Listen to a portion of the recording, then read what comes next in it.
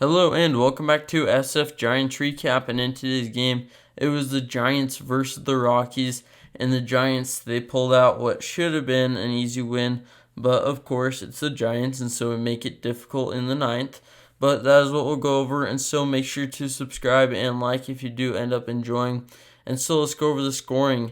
In the bottom of the first, Mauricio Dubon, he got a sac fly after Austin Slater got a triple, so that made it 1-0. And then Mauricio Dubon added on with the homer in the third to make it 3-0 Giants. But then in the top of the fifth, Jonathan Daza, he singled to bring in 2 runs to make it 3-2. But then in the bottom of the sixth, Darren Ruff singled. There's a wild pitch that scored Wilmer Flores. Jock Peterson got a sac fly, and so at the end of that inning, it was 6-2. The Giants extended their lead, and then in the bottom of the eighth, Tyro Estrada, he got a sac fly, and then Luis Gonzalez, he singled to make it 8-2, Giants lead. And then in the top of the ninth, the Rockies, they made some noise.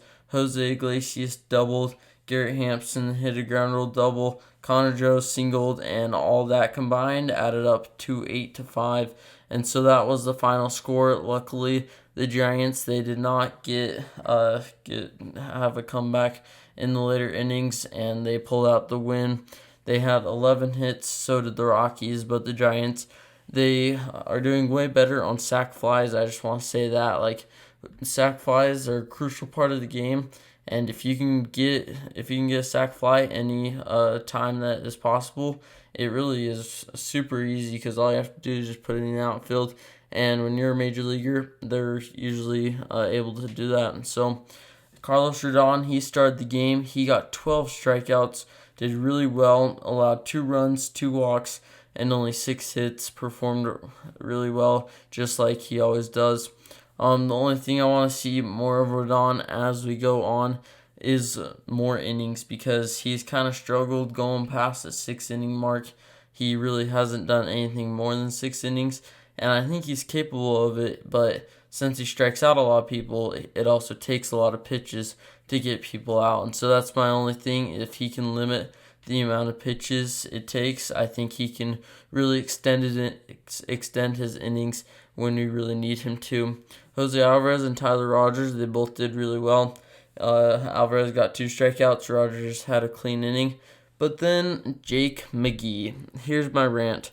Jake McGee, my gosh, he's been struggling really bad. Allowed 4 hits, 3 runs.